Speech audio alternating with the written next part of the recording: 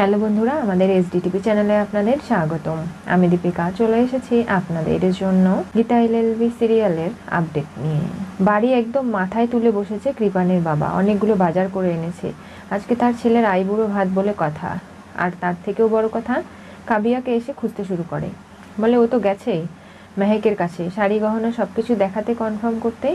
আরও কিছু গহনাগাটি আমি কিনে এনেছি, এই তোমরা যাও রান্নাঘরে গিয়ে সেগুলো রেখে দিয়ে এসো, আর গহনাগাটিগুলো এখানে রাখো। কি ব্যাপার কাবিয়া, তুমি চলে এলে যে?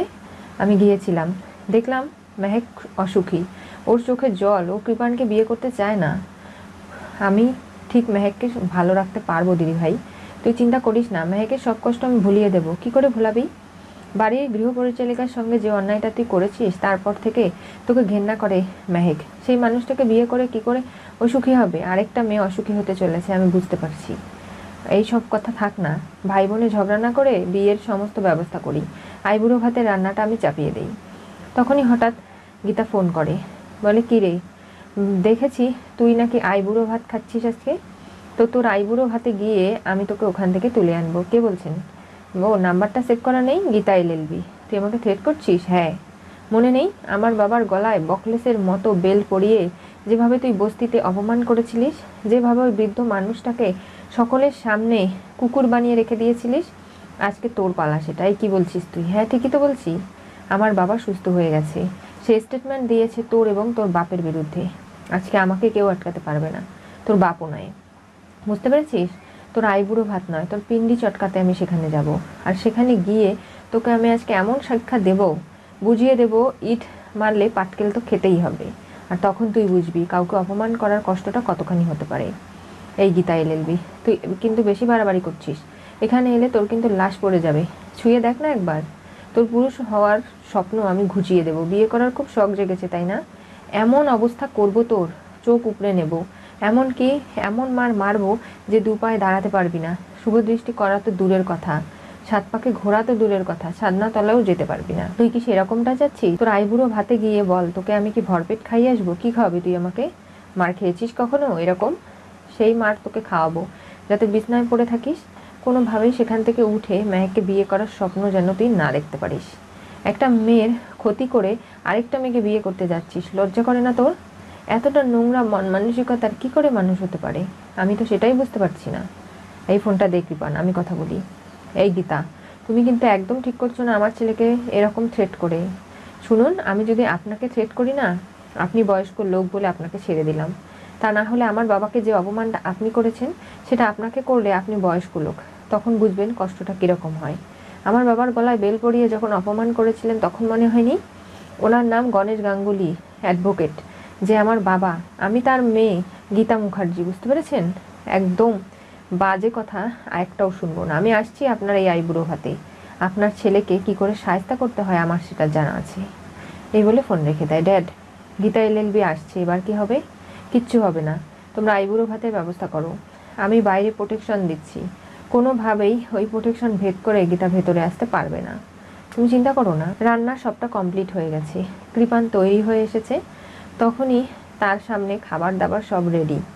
তো কাবিয়া বলেই বসে, তোমরা গীতাকে এর আগেও আটকাতে পারোনি, এখনও হয়তো পারবে না। তোমার ছেলে অনেক অন্যায় করেছে, তারপরও সে তোমাদের কাছে ভালো, তাই না?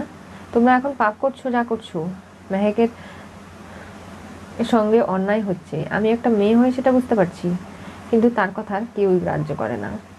গীতা চলে এসেছে, তাকে দেখেই অবাক হয়ে যায় এতগুলো লোকজন দরজায়। গীতা বাড়ির ভেতরে যেতে চাইলে বলে, না যাওয়া যাবে না, নিষেধ আছে। আর যদি যাস তাহলে কিন্তু উড়িয়ে দেবো। তাই বুঝি? তোকে তো আমি খুব ভালো করে জানি, তুই তো চিকু তাই না?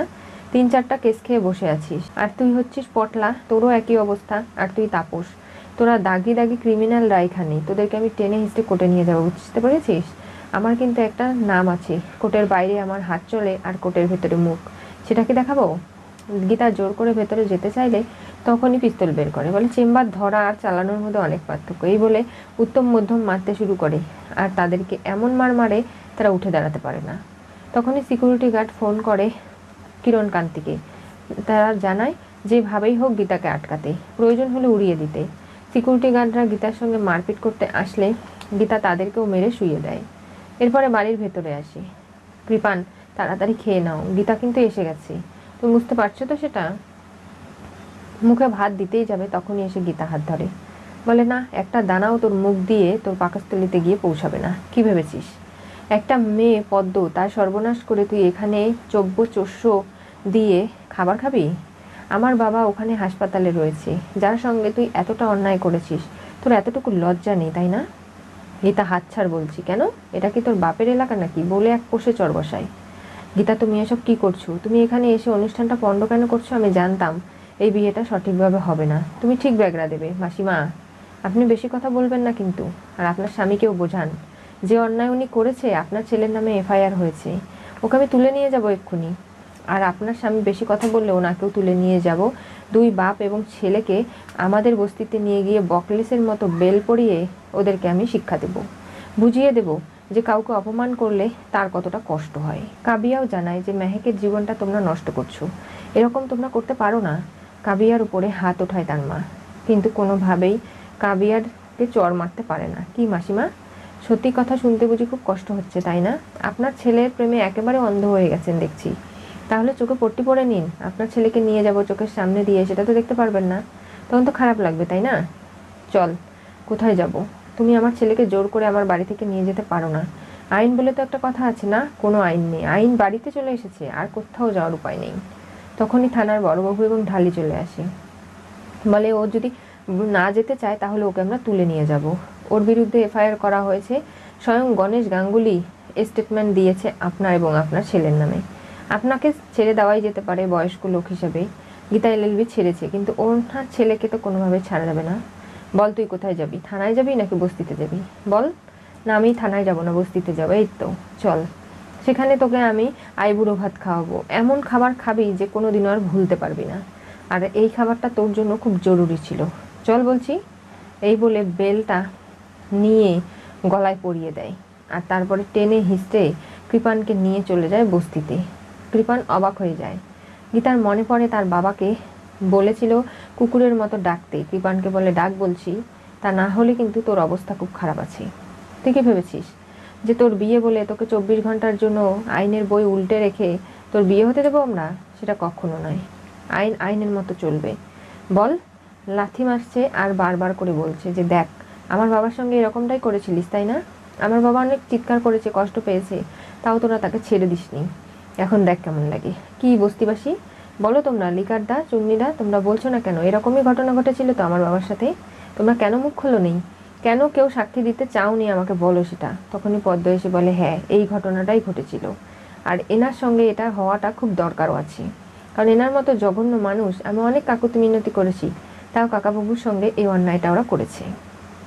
দেখলেন বড়বাবু, আপনি প্রমাণ পেলেন তো একজন। হ্যাঁ হ্যাঁ, এরকমই ঘটনা ঘটেছে। বস্তিবাসী সবাই গীতার পক্ষে চলে আসে তখন, আর তাদের মনে কোনো ভয় থাকে না। একতা ফিরে আসে এবং বলে যে হ্যাঁ, কৃপানই বেলটা পড়িয়েছিল। তাই কৃপানকে উত্তম মধ্যম মারতে শুরু করে গীতা, কোনোভাবেই ছাড় দেবে না। থানার বড়বাবু এবং ঢালি দুজনেই দেখছে তামাশা, যে গীতা কীরকম করে প্রতিশোধ নিতে পারে। তার বাবাকে সে খুব ভালোবাসে, সেই মানুষটাকে এতটা আঘাত বিনা কারণে দিয়েছে কৃপান, এর শাস্তি তো ওকে এরকম করেই পেতে হবে। বস্তিবাসী, দেখেছিস কতটা খেপে গেছে, তোকে গণধোলাই দিতে চাচ্ছে। আমি কি ছেড়ে দেবো ওদের হাতে তোকে? যে শাস্তি ওরা দেবে তাতে করে তুই আর বেঁচে ফিরতে পারবি না। গীতার মনে পড়ে তার বাবা কতটা কষ্ট পেয়েছিল, নিজের গলায় বেল পড়ে বকলেসের মতো তার চোখ দিয়ে জল পড়ছিল, আর বলছিল আমি অপরাধী নই, আমি কোনো অন্যায় করিনি। সেগুলো ভেবে গীতার চোখ দিয়ে জল পড়তে পড়তে চোখ লাল হয়ে যায়। কৃপানকে বলে, বল বলছি, তুই কুকুরের মতো ডাকবি, হাঁটবি, এমনকি যা করতে বলবো তোকে তাই করতে হবে, তা না হলে কিন্তু কোনোভাবেই তোকে এখান থেকে ছাড়া হবে না। তুই কি ভেবেছিস আমার বাবার সাথে হওয়া অন্যায়ের আমি প্রতিকার করব না? কখনো তোকে আমি ছেড়ে দেব না। বস্তিবাসী এখন সবাই সাক্ষী দিয়েছে, এখন তো আর ছাড়ার প্রশ্নই উঠছে না। গীতা এলএলবিকে এই অবস্থায় দেখে পঙ্কজ খাসনবিস এবং ঢালি তারা দুজনেই অবাক হয়ে যায়। গীতাও এরকম করে প্রতিশোধ নিতে পারে তার বাবার সঙ্গে যা কিছু হয়েছে তার অন্যায়ের। এদিকে গীতাকে ফোন করে মেহেক, বলে কি ব্যাপার, তুমি কৃপানকে কেন তুলে নিয়ে গেছো?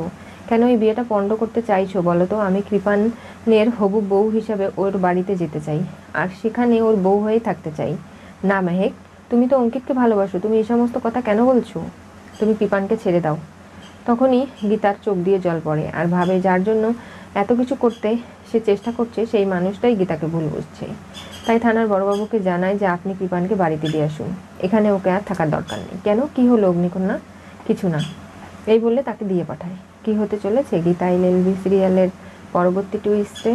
গীতা কৃপানের গলায় বেল পরিয়ে বস্তিতে বাবার সাথে হওয়া অন্যায়ের প্রতিশোধ নিল। আজকে গীতা যে কাজটা করেছে সেটা কোনোভাবেই অন্যায় নয়।